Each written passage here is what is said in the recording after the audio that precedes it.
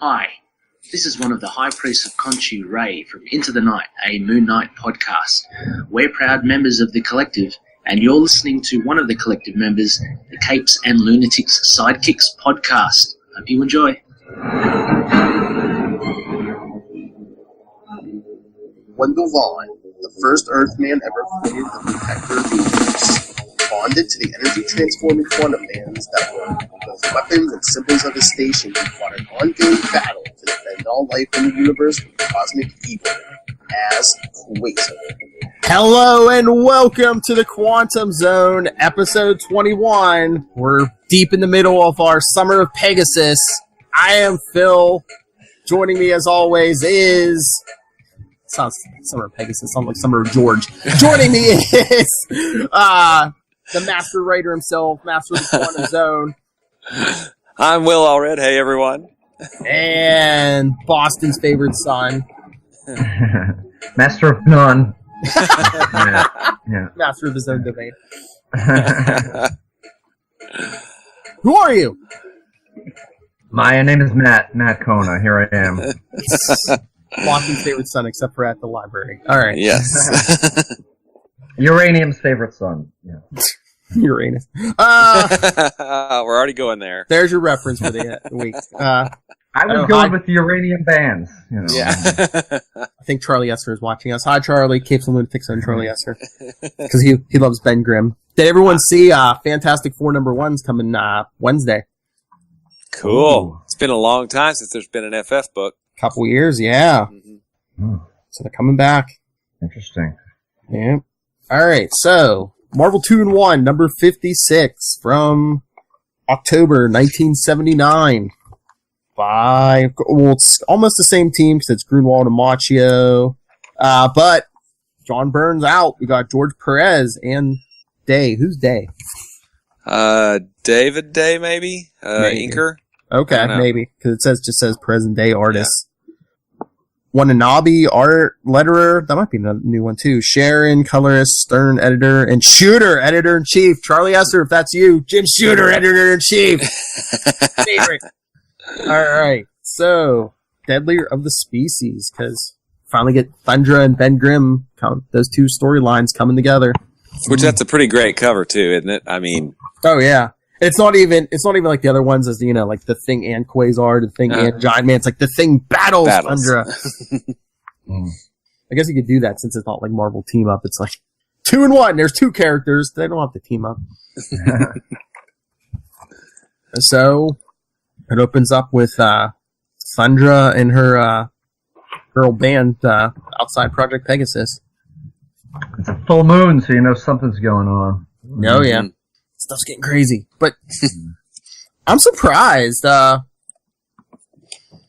just like a metal, like, I don't want to say sewer grate, but just like a out in the open. I guess, you know, you need super strength to like rip it open, but still. You don't disguise that at all. It's like, here's the entrance. If you're strong enough, just rip it open. Yeah. Make it like a metal-looking plant or something? I don't know. Because there's no super-powered strong people in this universe. No. Not at all, yeah. I mean, nobody's going to go, oh, hey, I'm going to rip that off and see where it goes. And Thunder rips it off, and, like, there's no alarm? Quasar needs to be held responsible for that. I blame the security chief. Yep. He failed! Project DC, he always says he failed. Well, I guess he did here. But we get the recap page about how Thundra was defeated, so... She wants a rematch, but...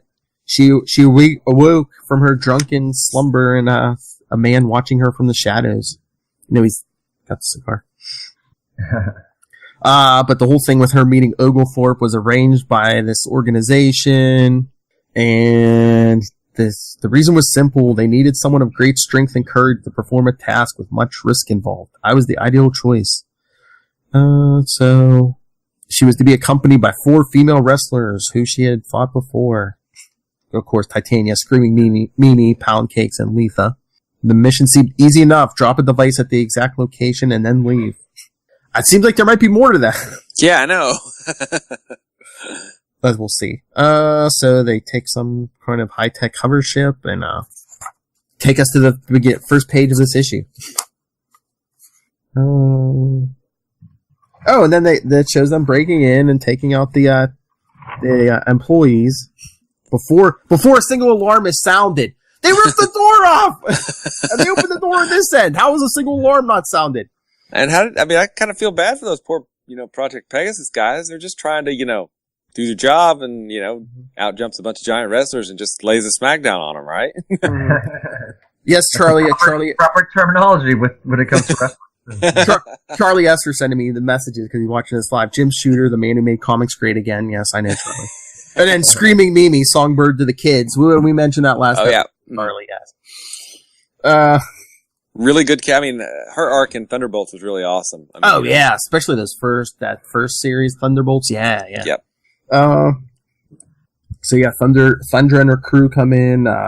Pretty easy for them to take them out. I mean, this skeleton crew of nuclear research workers there's just 5 of them, and they're all cluttered around the same spot. So I don't know if they're... Well, it's easy to sneak up on people when no alarm goes off. Exactly. I blame the security chief again. Exile him into space. See episode 2. Send him to... Uranus! There we go. I need to make a drop for that. Save some effort there. Oh, no, wait a second. we got to exile Quasar to space because he failed. See episode 2 of the Quantum Zone. There we go. Editor's note. Editor's note. Our own editor's note. Yeah. That's right. Contributor's note. Yes. So Thundra places, they get to where they need to go, the atomic waste disposal unit. Thundra sets the device, and then the rest of them take off. Let's go, grapplers! And they're like, sorry, we have other orders yet. You haven't been let in on. See you in the showers. I guess, is that wrestler speak? See you in the showers. Or it says like, don't get in our way. We'll see you in the showers and we'll shiv you or something. Yeah, I think that just means after the match, but they're they're abandoning her, you know? Yes. Because then, meanwhile, the thing is talking to the comatose Wendell. Oh, it's a real tender, sad moment, you know. He's like, Wendell's laid out on the slab. It's been, 4 issues? Yeah, it's been 4 issues. I finally come to see how you're doing. Well, he checked on him. What, the first the very first time, yeah. Now he's finally getting back around to it. What? He's like, he says, I'm kind of finally coming back in to check on you because it's been busy around here. He's like, want to hear about it? And Wendell doesn't move. Oh, look, they're talking about the battle with Nucleo and, Giant Man. But that was last issue, but I don't see an editor's note here. Yeah, it's just cleverly recapping what's happened up to now by him telling him the story. That's kind of cool. Well, we'll do it for you, kids. Last issue. Yep. And then he's telling him after we put the kibosh on him, we've realized how much alike you are. You and Nucleo. I never should have let them use you in their energy experiments. I gotta leave. Then he's like thinking, I gotta leave. Seeing him like this is making me cry. But we finally, 4 issues in, Wendell awakes. Will wonders never cease. Nice. Very nice. I understand. For the first time, so I guess Wendell doesn't have to eat. It said he lifts his head for the first time in 2 months. Yeah. I didn't see any intravenous tubes. Nope, I didn't either. I guess it's like, I don't know. Are they giving him solar radiation? Because, the whole Superman thing. Yeah, exactly. But yeah, Ben Grimm wanders away, and who does he run into? I wonder. Thundra. She's lost. All her friends abandoned her. She's even thinking, why didn't they warn me Ben Grimm was here? She's looking for the shower. Yeah, exactly. No! See you in the showers. But she's like, please, Ben, don't say, I can't say anything to you. Just let me leave. I have no desire to harm you. And he's like, come on. He's like, come on, babe. He's like, I got a job to do. He's like, I'm supposed to be, part of the security team here. She's like, I ask you in the name of friendship. Let me pass, Ben Grimm. Do not force my hand. Do not make me. And she strikes him as she says, don't make me strike you. Yeah. So it's a warning. Don't make me. It's your fault you made me hit you. Yeah, totally. It's all his fault. Yeah. And Charlie Esther says, $1 is a Superman pastiche he doesn't need to eat. Yeah, I know. But he's down in Project Pegasus. Are they giving him solar radiation? Yeah. Well, I guess they're an energy thing. Yeah, or nuclear radiation or electricity or something, maybe. I don't know. Yeah, but can he convert it if it's not solar? I don't know. So yeah, Ben Grimm ends up in the wall and says, every time I run into this broad, I wind up getting trounced. And I can't really do much with this bum arm. I gotta stop her. He's like, alright, you great big bundle of laughs. Went and got Benji all riled up for nothing. And he tackles her. It's clobbering time. X's, I tell you. But meanwhile, we get to the guy we're concerned with. Exactly. Quasar and Giant Man. So Bill Foster's thanking Quasar for putting through a separate clearance for Giant Man, because, secret identity. Exactly. See, kids, back in the day, superheroes concealed their identity. Even that showboat Tony Stark. LMD. Just trust me. Awesome. And Quasar's like, don't mention it. I know a lot of you super types like to keep a low profile. I never thought I'd wind up channeling the power of my Uranian energy band for janitorial work. Uranian! There we go. Matt! Uranian! Uranian man, hallelujah. I never thought I'd use my Uranus things for this. Yeah. But once again, we get another alarm, finally the alarm goes off. Finally. Nice. But he clearly hates the alarm, so maybe that's why he didn't install other ones. He goes, not the alarm again. He's going to check one of two monitors they have. Yeah. There's disturbances all over. What the devil's the problem this time? Yeah, so they split up. He goes, you head for the thermal dome. I'll check out the other area. And Bill Foster's like, blast, these interruptions are delaying my radiation research. That much more, and I can't afford to lose the time. Every moment is vital. Is that because, weren't we saying last issue he has cancer? Yeah. I think he does. So that's why he's, all these delays, because the clock's ticking. Yet he's spending all this time cleaning up when they could just get some of the old Pegasus staffers to do it. Grab a bucket, Mm-hmm. I mean, all these interruptions, the constant alarms, and people breaking in, and these ads for fruit stripe gum. Yeah. He just needs to prioritize better. Yeah. Right? Priorities, man. I know. But, so we follow Quasar. I can't put my finger on it, but I know something's bothering Dr. Foster. I wish he can find it me. But Quasar runs into, Letha and Screaming Mimi. And he says, also, it should be noted that what you just read was a word bubble and not a thought bubble. So he's a security officer. He went through the trouble of getting a secret identity badge for Giant Man, but he's talking to anyone in earshot about it. Yeah, it's Dr. Foster. Yeah. I know. He's like? Maybe he's just like throwing the line out. Like, does anyone know what's wrong with Dr. Foster? Someone tell me, because he won't confide in me. But yeah, so he comes across Screaming Mimi and Letha, and he says, the party's over, he'll come with me now. And Letha's like, ooh, isn't he a doll, Mimi? Look at those muscles and that pretty face that, he must not have a secret identity, no mask. Yeah. Unless he wears those glasses. Glasses and slicks his hair back. That's right. Until it gets retconned by a cosmic being, but we'll get there. Yeah. We'll definitely get there. So, no force field. I guess, maybe he's underestimating them, but Letha, kicks him. I don't know if that's the chest or the throat, but man, she kicks him. Yeah, it's a drop kick. She's a wrestler. It's one of the many wrestling moves to come up. And these wrestlers love throwing people in the walls, because now Quasar's turn to get slammed in the wall. Yeah, exactly. And she's like, anything else you'd like to tell us if your jaw isn't broken? He's like, a matter of fact, yes. First, I need your undivided attention. Shoot, now he's using the quantum band, shooting at them. And, Letha's telling Mimi to get out of the way, and Mimi's speaking in the third person. Mimi moves Letha. The Lord helps those who help themselves. Yeah. These energy blasts were just a warning. Don't make me use real force on you two women. Ooh, yeah. Well, let's just skip that. Last issue, Ben Grimm's a racist. Now Quasar's a sexist. Yeah. Well, and Ben did call her a babe and a broad, Thundra, so... There's some big overtones. There's big battle of the sexes throughout this. You broads want to break into the boys' clubhouse.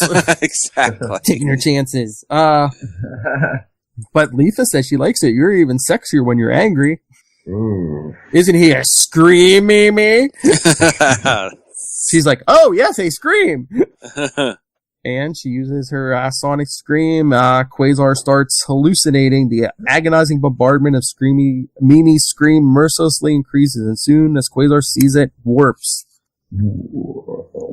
But he's like, oh no, they're changing into monsters. And he's like, and I guess Letha thinks they have earplugs, so it's not affecting her. But he's like, I don't want to die. Keep them away, please. But he still has enough, he's still with it enough to put them in a quantum cage. Mm-hmm. But he's still hallucinating, and he's like, they're still demons. The cage isn't holding them. Must get them. Again, here comes his inferiority complex. I must fail. I won't fail. I'll never fail. Never. Yep. Never. I'm sorry I didn't put alarms on the front door. Yeah. Or the back door or any of the windows. So, again... let's go with a blast, and he stuns the pair, dropping them in their tracks, and his reason returns. But see, he's sorry now. He's calling them ladies, so.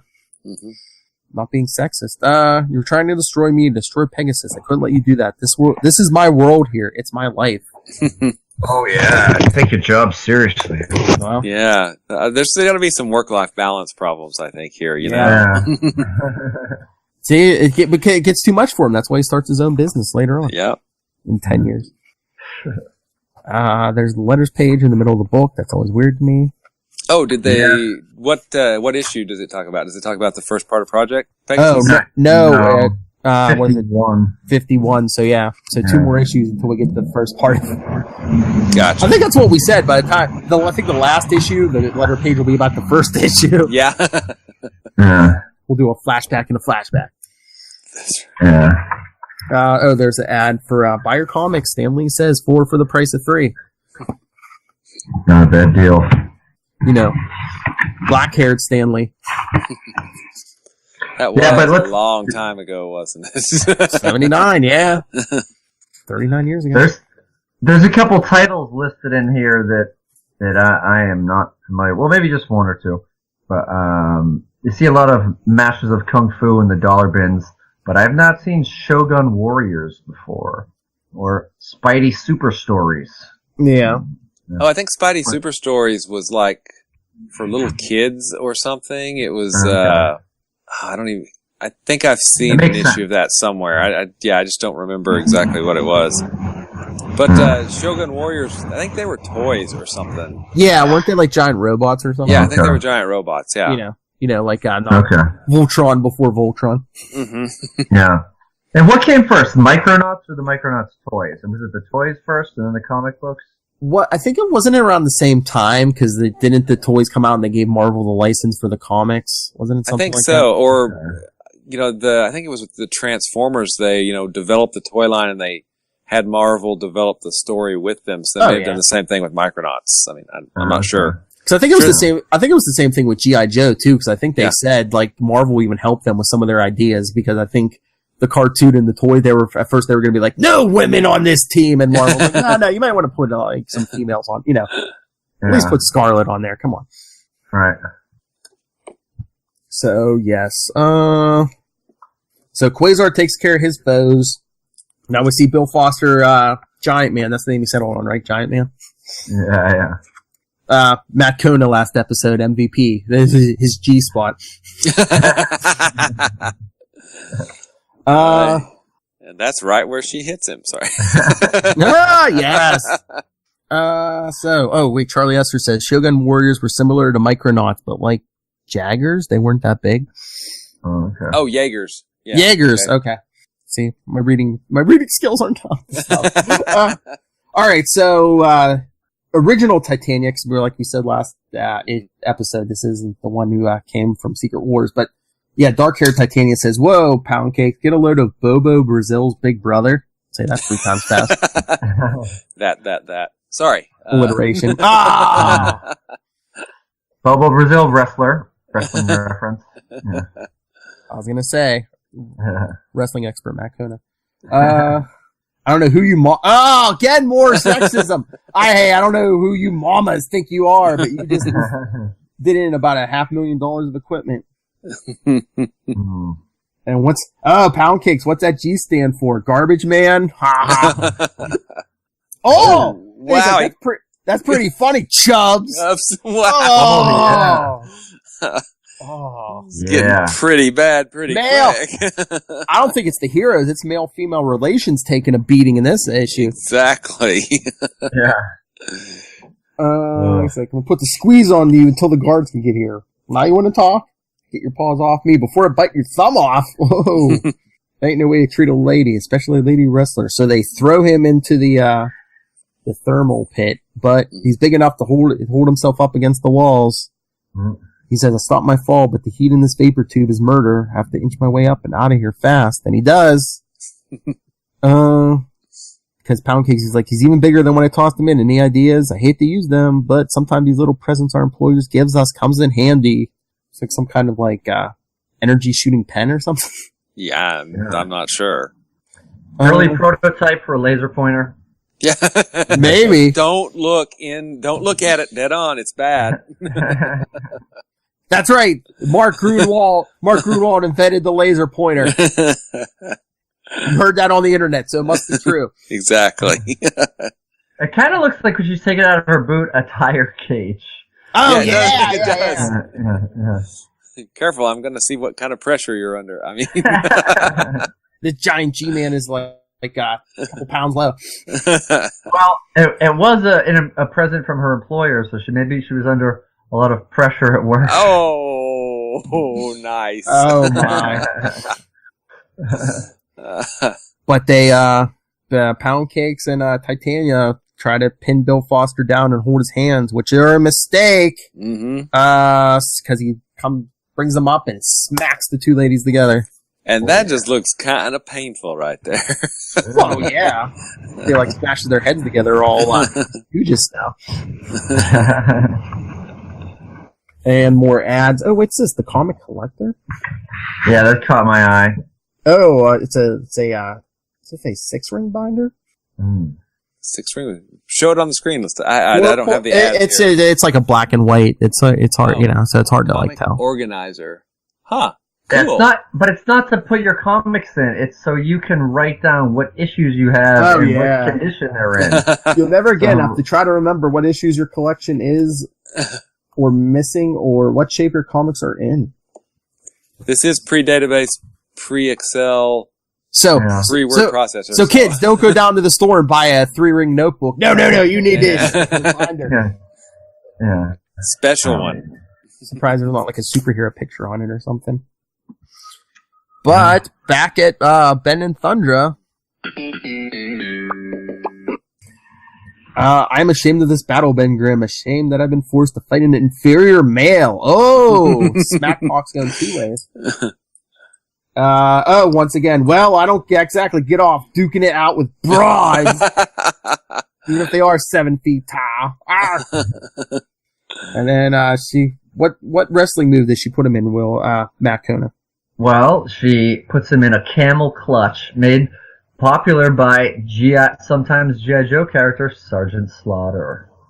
Okay. That wasn't also a wrestler. Yeah. That wasn't the Iron Sheik?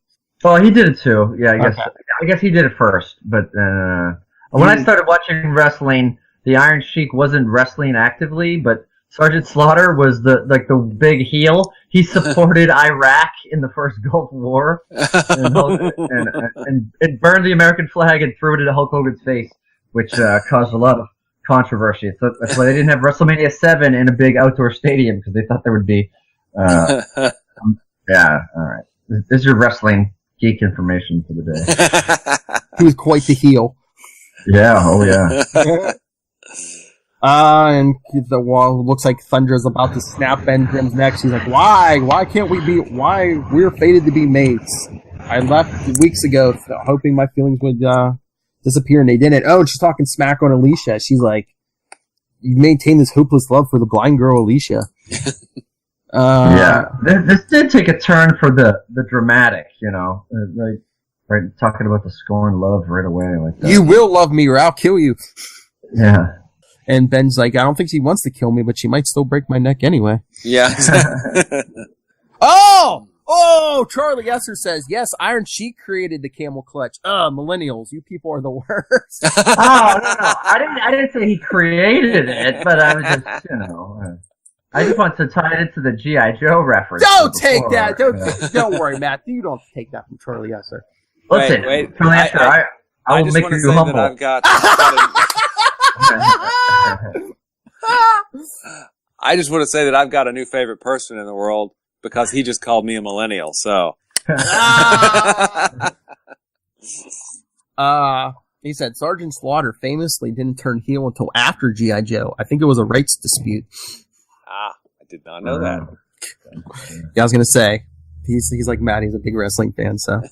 And a big Ben Grimm fan. So that's how I got him to watch. I'm like, hey, we're doing Project Pegasus. Oh, I love that. Yeah. So Ben breaks the hold and they throws a big piece of the floor at Thundra's head.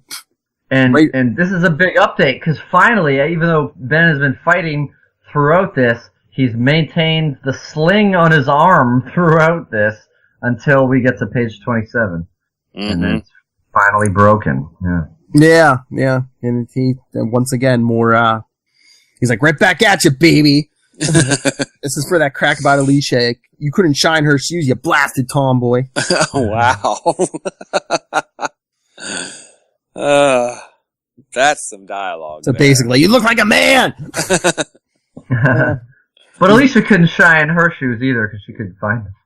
Oh! Oh, nice. That's all right. Anyway, so Ben says, love is more than just two people with muscles. Yes. Okay. It doesn't have to do with your looks. Oh, and hey, he gets her in a half Nelson. Mm-hmm. Oh, but he flips her over, and I know you've been waiting for this, Matt Kona, the Incredible Hulk Hostess fruit pie ad. Oh, yeah. Maybe that's what they were feeding Wondar, they were just squeezing it in his mouth when he wasn't. Apple, cherry, and peach filling. Because, basically the Hulk takes out a tank, and then he's like, oh, you stupid humans don't interfere for once. Here, have some Hostess fruit pie. Yeah.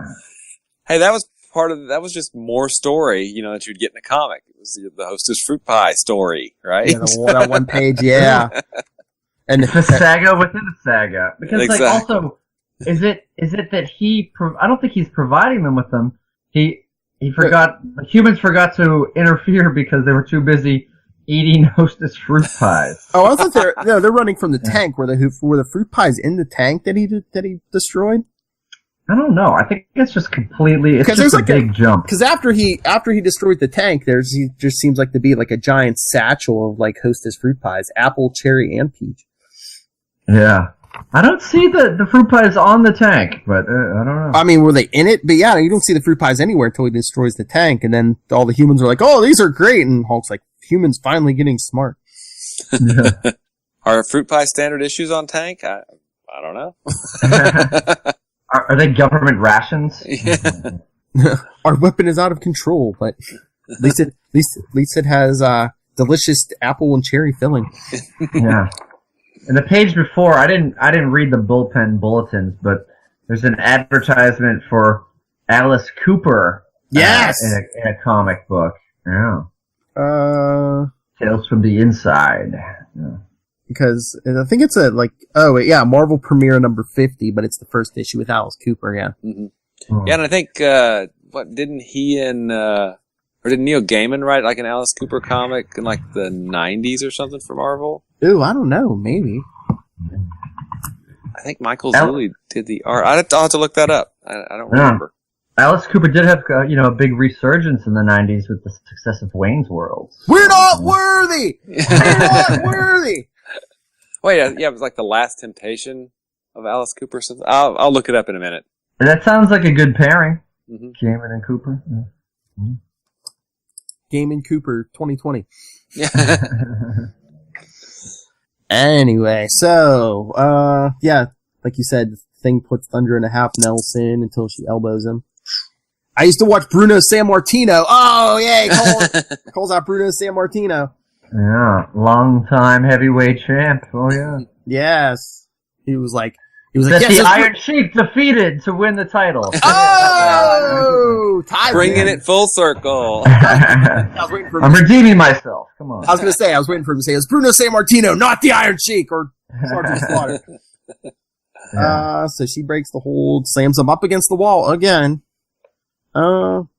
She says, maybe we aren't a perfect match, for you possess all the fighting skill and finesse of a gorilla. That's nice. Hey, gorillas are cool. Be nice. Just ask Gorilla Grodd. He says, now you went too far, sweet another one. You went too far, sweet cheeks. Even my dainty Aunt Petunia never compared me to an ape, and she could have made you look bad in a free-for-all. My aunt was 7'5". Take that. And he says sweet cheeks in a panel where you can see how sweet the cheeks. Tight pants. Well, you think that's bad? Then she puts him in a scissor lock or something. He wraps her legs around his neck, and that's when everyone walks in. She has her legs wrapped around his neck. Yeah. He's like, she could be going for a Hurricane Rana, perhaps, just to choke. Yeah. Ben's like, ooh, this is very embarrassing. I didn't mean to hit that, but okay. Now they're getting married and they have all these witnesses. That's where it should lead if a woman wraps her legs around your neck, people. What did you use that sound clip for last time? Was it Colossus getting married? Maybe. It's probably either Colossus or I was hoping that that man's getting married. But he didn't. Spoilers. So while Thundra and the thing are practicing the Kama Sutra, Quasar and everyone else comes in with their prisoners. Yeah. And I think there's 4 of the 5 nuclear security guards. Yeah. Where's the 5th? And Quasar is always so polite, sir. Yeah. Are you all right, sir? Yes. But Bill Foster's like, oh, wait, what, Red? You can't believe a bunch of mere men beat your grapplers? Well, sorry, mama. But we did. Now we get to the person that we're actually reading this for, right? Who, Lightner? There you go. Lightner. Yeah, because, yes, excellent Operations Berserker and Expurgate have finally yielded success. At last, all the components are here. Within a few hours, I will complete the all-important Nith projector. I must report, though, to those I secretly serve. I'm sure they are pleased that their long-sought goal nears fruition. Before the day is out, I shall completely and utterly destroy Project Pegasus. But in next, part 5 of Project Pegasus, when walks Wendar. Ooh, the WWW.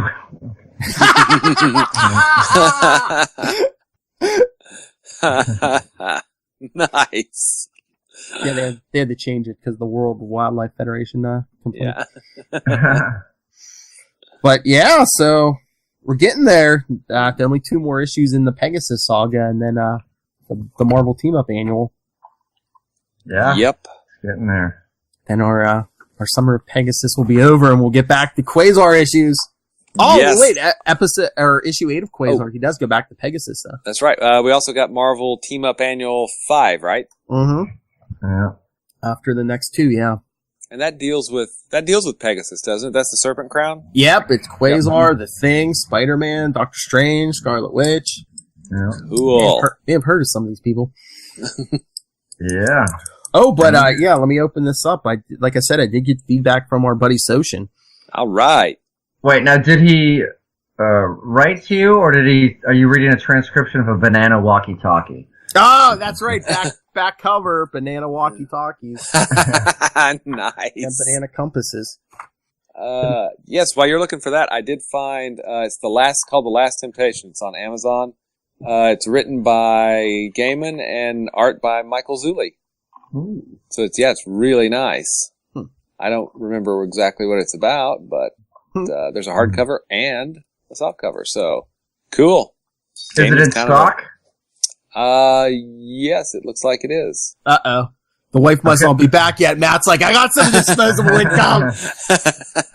Well, I was going to say, is it in stock or is it out forever?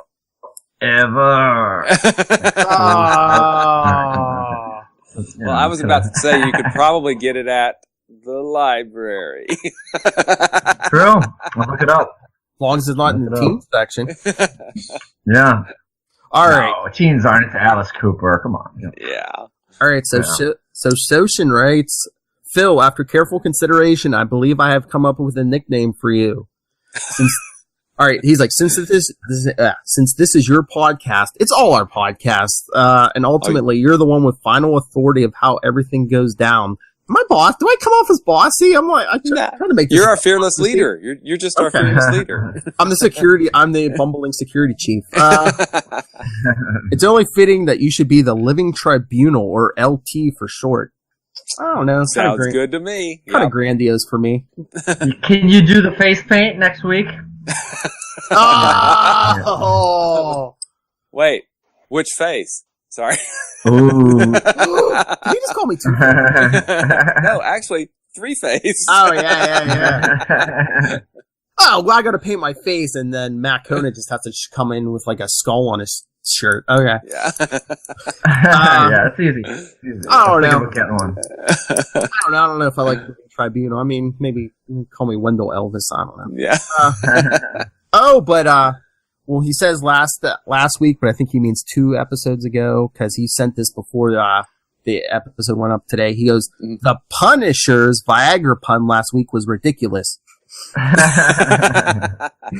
Okay, for a serious question though, who do you think would play a good Wendell Vaughn Quasar in Guardians of the Galaxy 3? Of course, my dream selection would have been Paul Walker, but now I'm not so sure. I guess I'd take Lucas Till. He says from the MacGyver reboot, but yeah, didn't he play Havoc too in those, like X-Men First Class? I think that's who he's talking about. Maybe, yeah. It's like, what's your guys' thoughts? You happen to, Whoever it is needs to look. I think that's one of the things that, everybody's calling Quasar Kid. Mm-hmm. And I think it's because he just looks young. He is pretty young in these issues, but, even when he's older, everybody still calls him Kid. So, young, who would be a good, I don't know. That's a really good question. I mean, what do you guys think? Me! No. A young, wait, does it have to be a young actor? I mean, it probably doesn't have to be young, but yeah. I think that a lot of those movies, I think especially Disney likes to cast them young so they can last like 10, 3 years, movies or more, yeah. Yeah. All right, what about outside the box? Serious role. He really commits to it and changes his hair color. Ashton Kutcher. Oh! I don't know about that. Yeah. All right, okay. All right. Charlie Esser chimed in. He said, how about Army Hammer? Ooh. Oh, yeah, from, he did the Lone Ranger, right? Lone Ranger, yeah. Maybe, yeah. I'll have to look at that. That's, cause, yeah, that's actually a really good question, because I'd love to, wouldn't it be awesome if he showed up in Guardians 3? That would be. I wish, yeah. Freaking awesome. Hey, James Gunn, let's get Quasar in there. Yeah. Like, whoa, how about this? Quasar is played by James Gunn. Oh, yeah. Nah, you got too much of a potty mouth for that. Yeah. Light enough. True. I mean, okay, maybe just based on this issue, James Gunn could play like Ben Grimm, maybe. Yeah. I was gonna say, maybe James Gunn plays the Angler.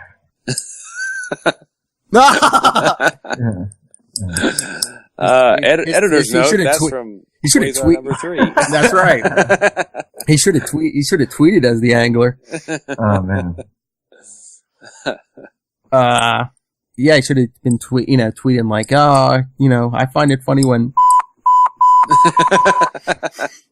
That's our Angler voice, Charlie. That's her. Oh wait, what did he put now? He said, yeah, because he was saying Army Hammer because he said he wants a franchise so bad, but he keeps making the wrong choices. Lone Ranger, Man from U.N.C.L.E., etc. Yeah. Everyone wants that Disney cash. That's right. Marvel movies. They want to Marvel, the Marvel universe. Come on, Marvel, give us a Quasar in Guardians of the Galaxy 3. Then you can sell people like $200 quantum bands. Light up quantum bands. I'll get in trouble, but I'll buy that. Yes! I'll wear them everywhere. How awesome would that be? Be like, oh, you can turn them invisible. Yeah, oh, sweet. I can wear them all the time now. Well, honey, it's branding. I have to wear this. Yeah, I have to wear it. Oh, have you guys, so this hit the boys about the right age, but remember Ben 10? Mm-hmm. So, yeah. That is like the coolest toy ever. You strap it on and then you turn it, pop it. Turn into a different alien, yeah.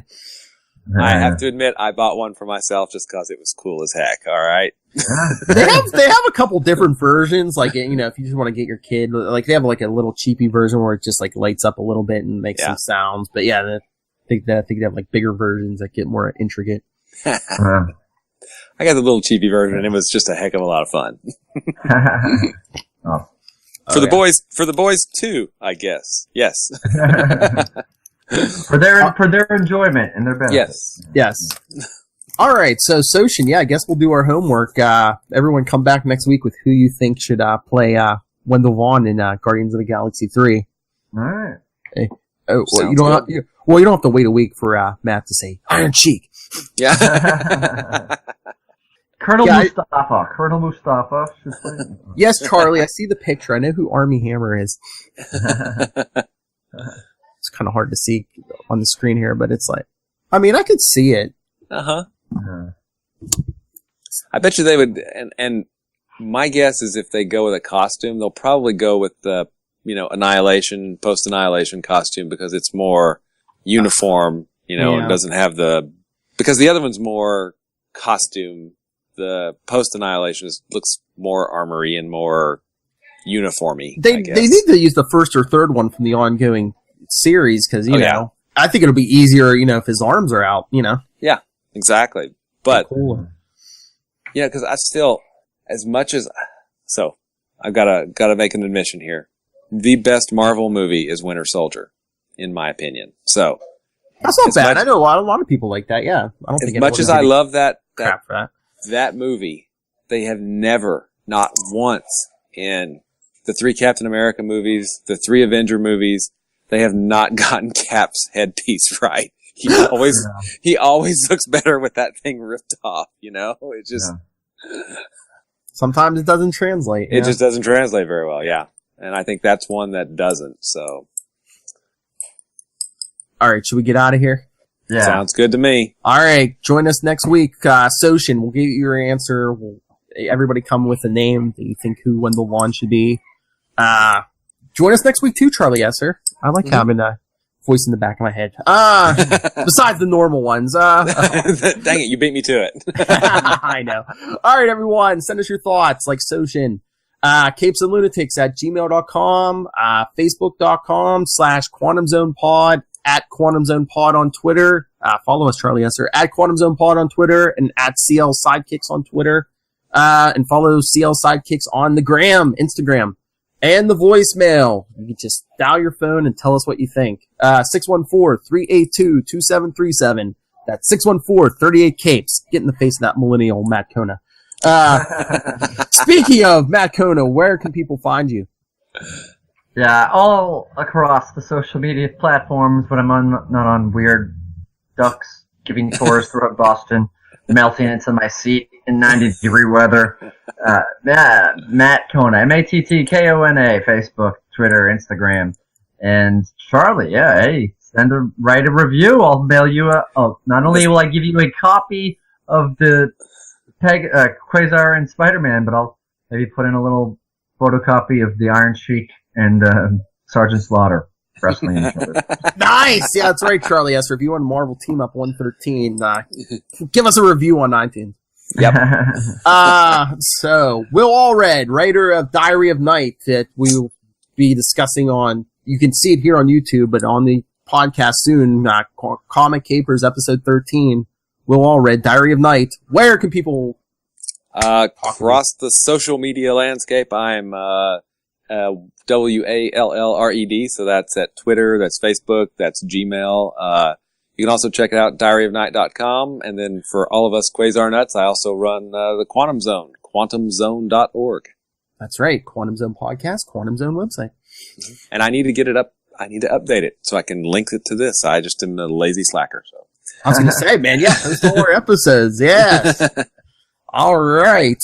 If anyone wants to get a hold of me, like I said, any comic creators, especially anyone who worked on Quasar, I'm looking at you, Greg Capullo. Email me, nightwingpdp@gmail.com, and on Twitter, I am at nightwingpdp. All right. Thank you once again for joining us on the Quantum Zone in the middle of our Summer of Pegasus. I love that, Summer of Pegasus. Yes! Awesome. Do the rest of the Project Pegasus saga, go right into Marvel Team Up Annual 5, and then finish it off. We go Back to the Future, 1989, and do Quasar number 8. The last Secret Wars 2 crossover. Absolutely, the last. Until Deadpool does one a couple years later. All right. Yeah, exactly. Yes.